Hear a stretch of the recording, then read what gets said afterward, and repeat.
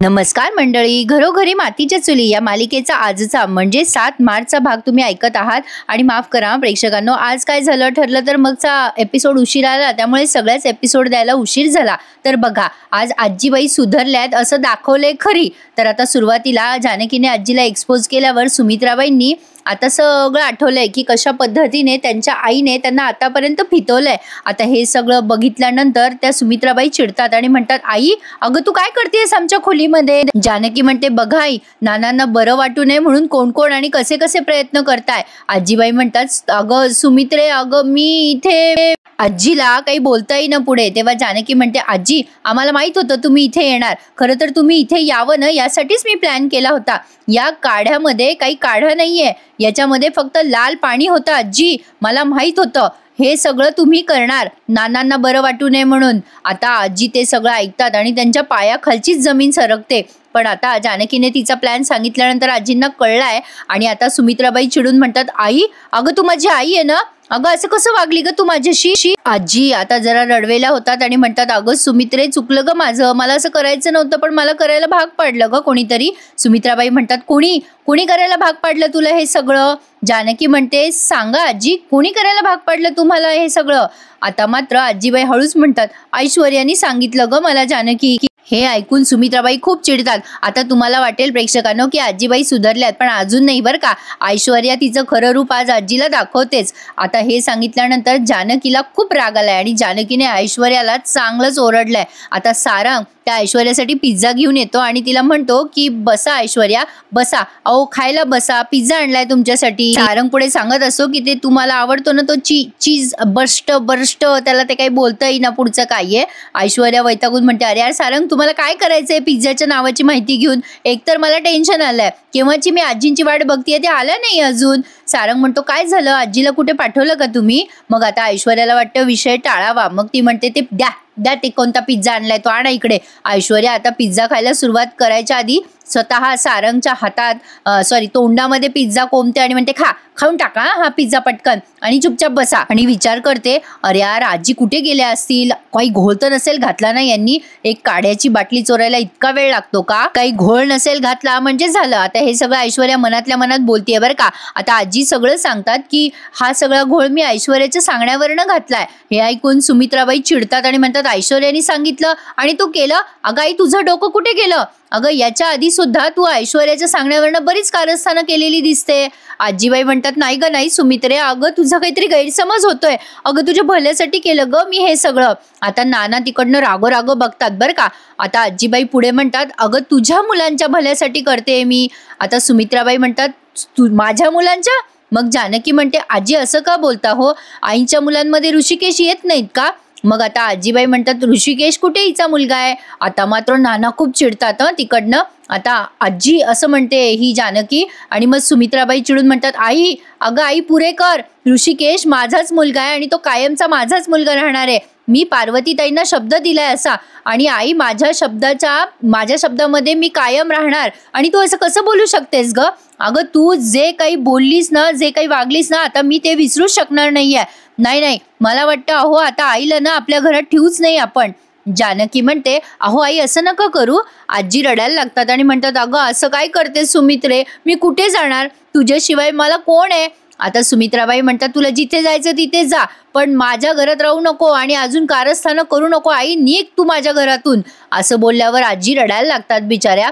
आता आजी म्हणतात, चुकले ग, मला क्षमा कर सुमित्रे. आजी आता हात जोडून माफी मागायला लागतात. तेव्हा सुमित्राबाई चिडून म्हणतात, माझी नको माफी मागू.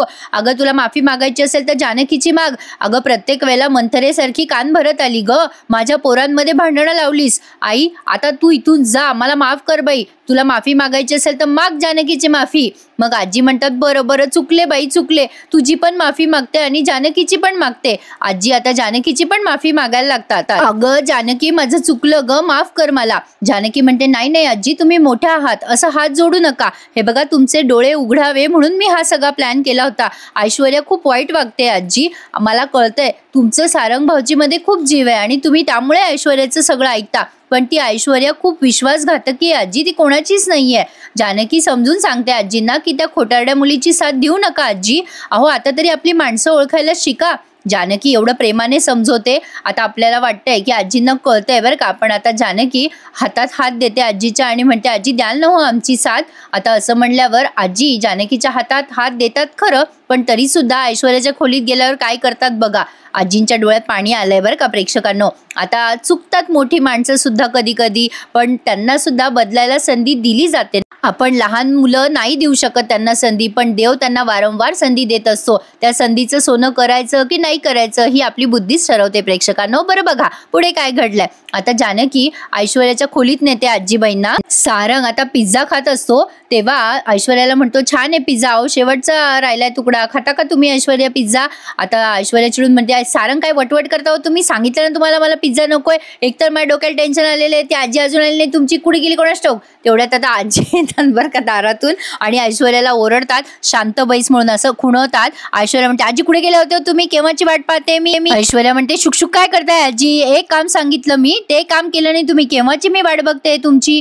मग आता जानकी येते तिकडनं आणि म्हणते झालं ना काम. अगं तुझं नाही आमचं काम झालंय. काय आजी सांगितलं का तुम्ही ऐश्वर्याला. ऐश्वर्या आता सरप्राईज होऊन आजींकडे बघत असते तेव्हा जानकी म्हणते अगं असं काय बघतेस आजींना, आजीच्या खांद्यावर बंदूक ठेवून गोळ्या मारत होतेस ना. अगं पण अनफॉर्च्युनेटली तुझा प्लॅन गेला, फसला.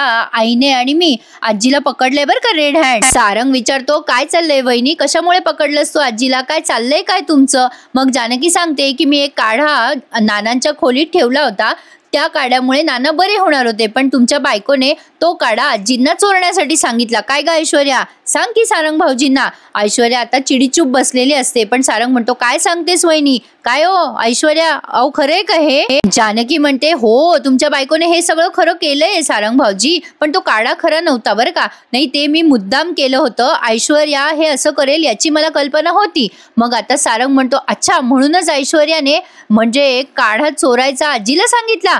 मग आता जानकी म्हणते हो भाऊजी आता तरी समजून घ्या, नाना बरे होऊ नये हे कोणाला वाटतंय आणि कोणाला नाही वाटत आहे. काय ग ऐश्वर्या आता का सुन्न पडलीयस, बोल ना काहीतरी, तुझी वाचा गेली का.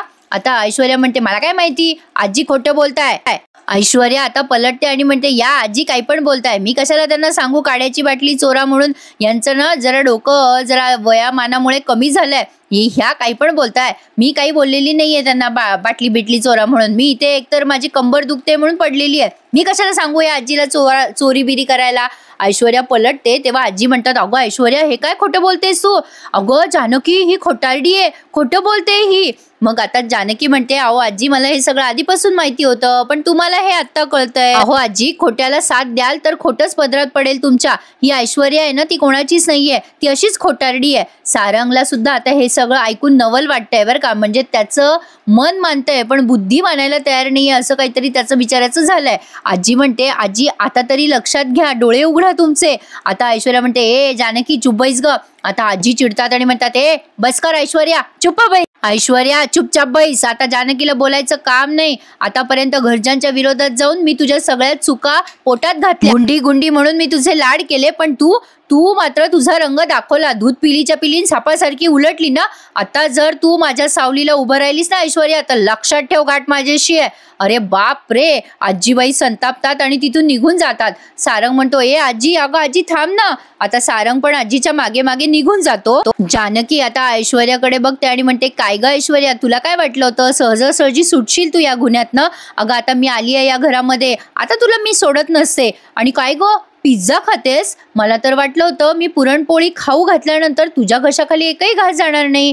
हरकत नाहीये ग, खा ग बाई खा, तुझा पिझ्झा पोटभर खा, कारण आता लवकरच तुझं सत्य उघडकीस येणार आहे. माझ्या नानांना कोणी जिनावरनं ढकललं ना ते लवकरच सगळ्यांच्या समोर येणार आहे. त्याची पहिली ठिणगी आज पडली आहे बरं का ऐश्वर्या, लक्षात ठेव. ऐश्वर्या नुसती जानकीकडे रागाने बघते बरं का. आता एवढं काय ते बोलून आता जानकी निघून जाते आणि आता तिच्या बेडरूम मध्ये येते. ऋषिकेश म्हणतो काय ग जानकी कुठे गेली होतीस. आता जानकी म्हणते अहो जरा घाण साफ करायला गेले होते, घरात खूप कचरा झालाय ना, म्हटलं वेळोवेळी जळमट काढून टाकावीत.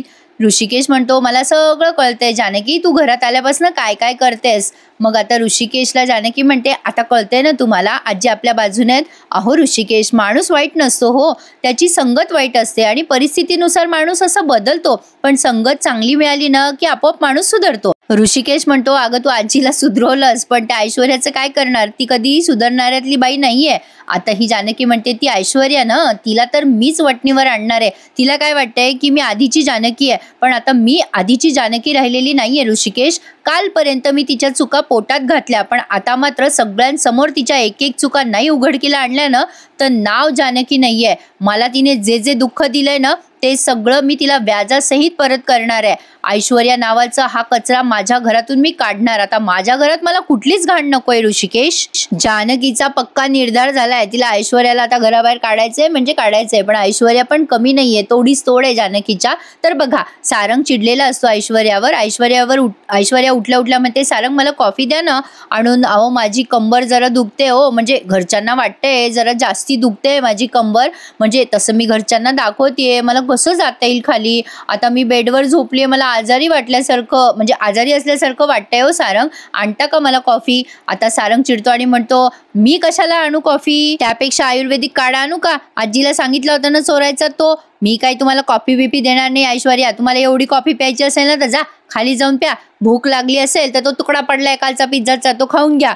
आता मात्र सारंगने असा जर वागला ना प्रेक्षकांना सारंग ऐश्वर्याची, तर ती आत्ता नीट होईल. पण सारंग ना प्रत्येक वेळेला तिच्या बोलण्याला भूलतो बिचारा. आता ऐश्वर्या त्याला म्हणते असं का बोलताय तुम्ही सारंग माझ्याशी. सारंग म्हणतो ऐश्वर्या मी तुम्हाला आतापर्यंत प्रत्येक गोष्टीमध्ये साथ दिली आहे. मला म्हणाला ताईशी खोटं बोललो, स्पर्धेत चिटिंग करा केली, म्हणजे घरात चोरी करा केली, तुमची सावली बनून राहिलो मी, पण तुम्ही माझ्या वडिलांना त्रास द्यायला या असल्या फालतू गोष्टी करतायत.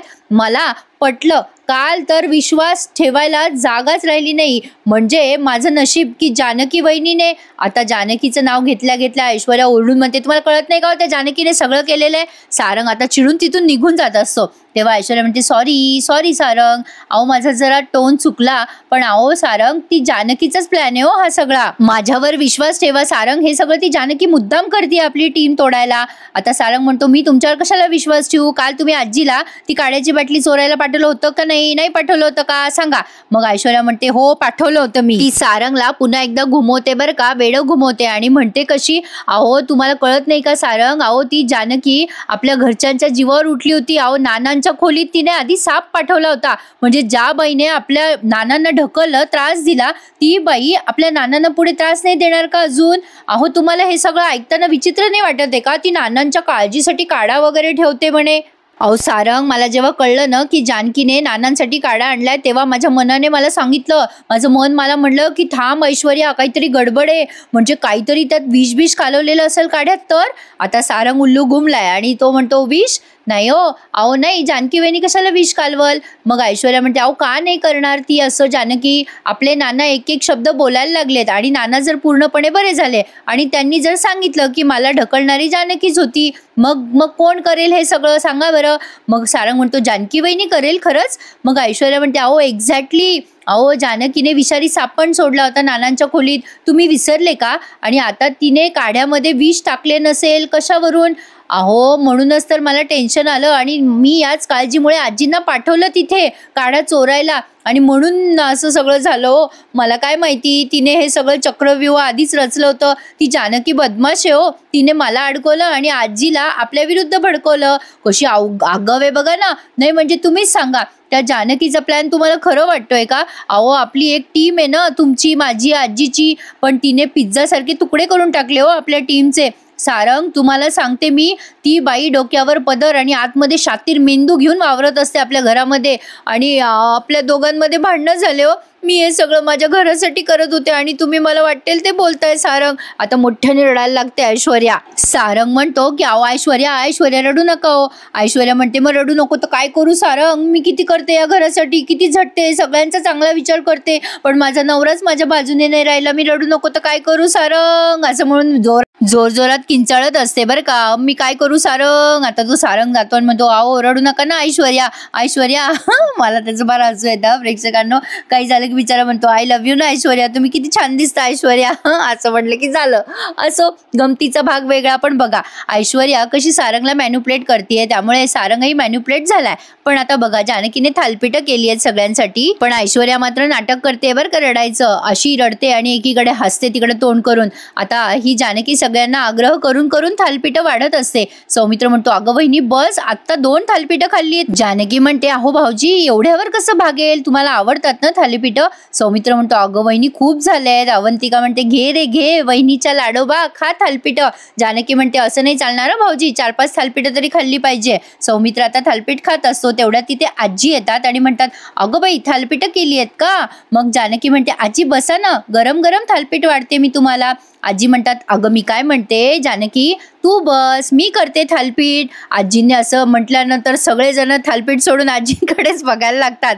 सगळेजण बघत असताना आजी म्हणतात काय रे असे काय बघताय सगळेजण माझ्याकडे, मला थालीपीठ छान करता येतात बरं. जानकी तू बस बरं बस, मी आले, मी आणते तुझ्यासाठी गरम गरम थालपीठ. असं म्हणून आजी स्वयंपाकघरात गेल्या आहेत. आणि आता अवंतिका म्हणते काय हो वहिनी, काय जादूची कांडी फिरवली आजीवरनं.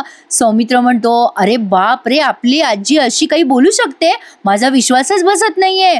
अवंतिका म्हणते वहिनी खरं खरं सांगा, काहीतरी केलंय तुम्ही. जानकी आता असं तोंड करते बरं का. मजा आली हा सीन बघताना. आता जानकी म्हणते असतं बाबा असं काहीतरी जादू. काय आहे ना भाऊजी, अहो काय आहे, जादू सांगायची नसते कोणाला. असं म्हणल्यावर आता सौमित्र खुणवतो जानकीला की दादाला जे सांगायचं होतं ते सांगू का म्हणून.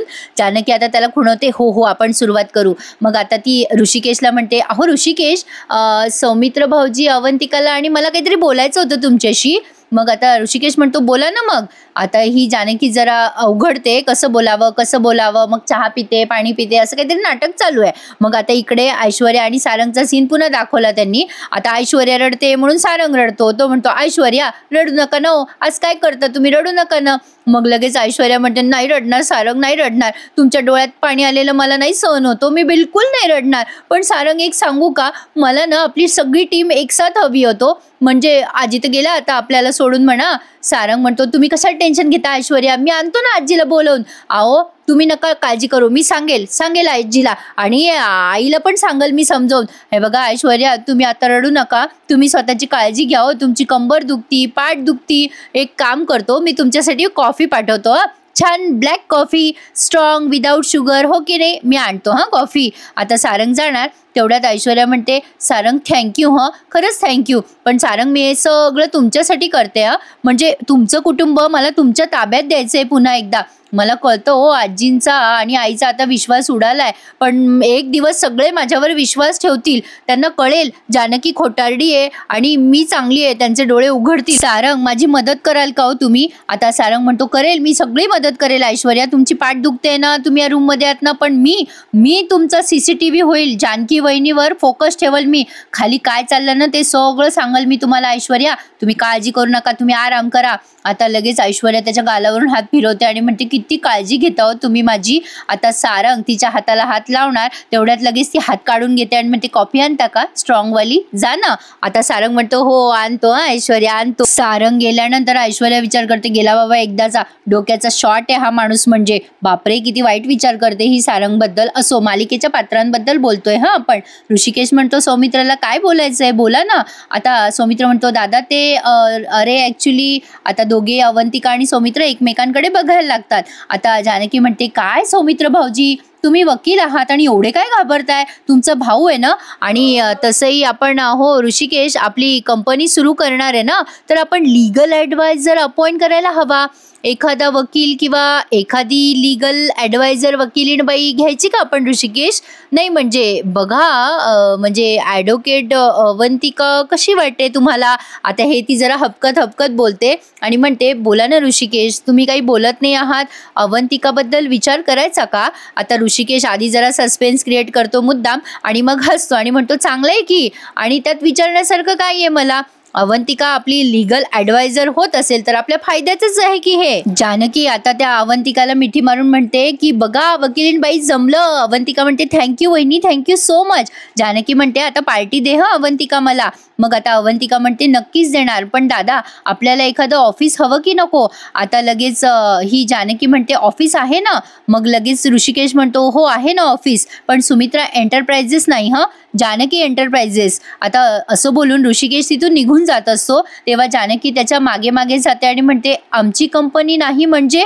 हे बघा ऋषिकेश, पार्वती आईंनी केलेल्या सगळ्या व्हीलनुसार सगळं काही तुमच्या नावावर आहे. नुसतं कंपनीच नाही, घर शेती हे सगळं तुमच्या नावावर आहे. तुम्ही एकटे या सगळ्याचे वारसदार आहात. ही तुमची जबाबदारी आहे आणि तुम्ही असे कसे पाठ फिरवताय. आता ऋषिकेशला सुमित्राबाईंच्या नावाने जे काही आहे ना ते करायचं नाहीये, काही म्हणजे जबाबदारी त्याची घ्यायची नाहीये. आता सारंग विचार करतो, जानकी वहिनी हे सगळं मुद्दाम करते का. अरे बापरे, ऐश्वर्या बरोबर बोलत होत्या, म्हणजे जानकी वहिनी आमची सगळी प्रॉपर्टी हिसकून घ्यायलाच आली आहे. आता सौमित्र म्हणतो, अरे ॲक्च्युली दादा वहिनी जे बोलते ना ते बरोबर बोलतीये. अरे काय आहे, ॲक्च्युली लिगली आपल्याला हे ऑफिस तुझ्या ताब्यातच घ्यावं लागणार आहे, कारण आता सुमित्रा एंटरप्राइजेसचे सगळे लिगली व्यवहार तू हातात घे. तसंही आपल्याला त्या नावाने कंपनी चालवता येणारच नाहीये. आता तो असं पुढे काही बोलतो, तेवढ्यात तो म्हणतो, ऋषिकेश हे बघ जानकी, माझी पण हीच अट आहे की आपण सुमित्रा एंटरप्राइजेस नावाने नाही तर जानकी एंटरप्राइजेस नावाने कंपनी चालवायची आहे. आता असं बोलल्यानंतर सौमित्र म्हणतो, वहिनी ऐक माझं, दादा जे सांगतोय ना ते अगदी बरोबर सांगतोय. म्हणजे आता सुमित्रा एंटरप्राइजेसला जानकी एंटरप्राइजेसने टेक ओव्हर करायलाच हवंय. अगं कर्ज झालंय सुमित्रा एंटरप्राइजेसवर.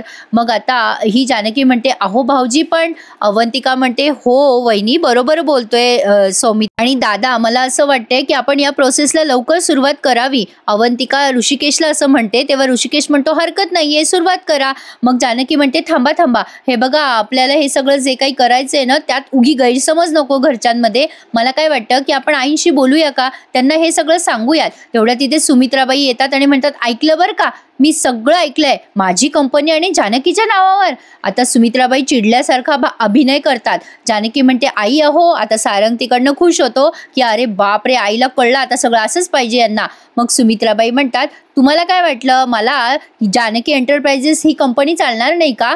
अगं बाई, मी खूप खुश आहे, जानकी तुझ्या नावाने कंपनी होतीये ना, अगं आनंदी आनंदच आहे. मग आता सौमित्र म्हणतो, काय गो आई, काय अभिनय करतेस ग, घाबरलो ना आम्ही. आता सुमित्राबाई स्माईल करतात. मग जानकी म्हणते, आई तुम्ही मला खरंच घाबरवलं, पण बरं झालं तुम्ही इथे आलात, मला तुम्हालाच विचारायचं होतं. आम्हाला जे काही करायचंय ना आई, ते तुम्हाला विचारूनच करायचंय.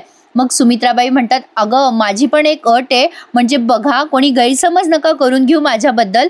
म्हणजे ऋषिकेशने आत्तापर्यंत खूप मेहनत करून ही कंपनी उभी केली आहे, पण काय झालं, सारंग आणि ऐश्वर्याने त्या कंपनीचं नाव धुळीला मिळवलं. म्हणजे माझ्या नावाने सगळी खोटी बदनामी झाली ग.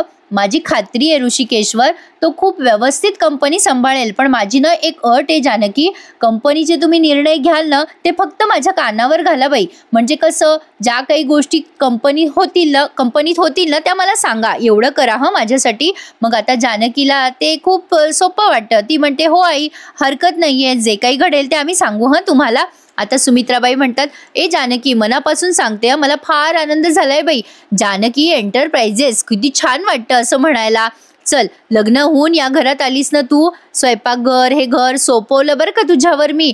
तसंच रणदिवेंचा वारसा आणि ही कंपनी पण मी तुझ्यावर सोपवतीये आता. सुमित्राबाईंनी मन मोठं केलंय, पण त्यांनी जी अट घातली त्यामुळे ऋषिकेश डिस्टर्ब झालाय. जानकी आता नमस्कार करते सुमित्राबाईंना आणि आशीर्वाद घेते आणि म्हणते, आई खरंच मी सगळी जबाबदारी तुमच्या आशीर्वादाने पार पाडायचा प्रयत्न करेल. आणि आता सगळेजण खुश झाले, सगळे टाळ्या वाजवतात. टाळ्या वाजवायचं काय होतं याच्यात काही कळलं नाही मला, असो. पण आता हा भाग संपला बाबा फायनली. आता ऋषिकेशला आलाय राग. आता पुढच्या भागात आपण बघतोय ऋषिकेश राग जानकी जवळ व्यक्त करतो आणि म्हणतो, काय आहे जानकी, रणदिवेबाई बघितलं का कशा स्वार्थी आहेत, सगळं मला विचारून करा म्हणतायत. म्हणजे कंपनी आपली असली तरी आपण त्यांना विचारायचं का. आता इकडे सारंग म्हणतो, आपण ना जानकी आणि ऋषिकेश दादाच्या हातात काही द्यायचं नाही, आपण आता त्यांच्याकडनं हे सगळं हळूहळू हिसकवू. फक्त आई माझ्या मुठीत, आईला मुठीत घेतलं ना की सगळं आपल्या हातात येईल. आता ऐश्वर्याला फार आनंद होतोय की सारंग हे सगळं स्वतःहून बोलतोय ना, म्हणजे तिचा हेतू सफल होणार आहे, घरात पुन्हा भांडणं लावण्याचा. पण मला नाही वाटत जानकी असं होऊ देईल, कारण आता जानकी यामध्ये काय सुवर्ण मध्य काढते तो बघण्यासारखं असेल प्रेक्षकांनो. पण मजा येणार आहे पुढचे एपिसोड बघायला. सॉरी प्रेक्षकांनो, आज जरा उशीर झाला मला एपिसोडचा रिव्ह्यू द्यायला, पण कसा वाटला मला कमेंट करून नक्की कळवा हं. तुमच्या कमेंटची मी आतुरतेने वाट बघत असते. आणि आपल्या चॅनलला सबस्क्राईब करायला प्लीज विसरू नका. भेटूयात उद्या पुन्हा एकदा घरोघरी मातीच्या चुली या मालिकेच्या नवीन एपिसोड सहित. धन्यवाद.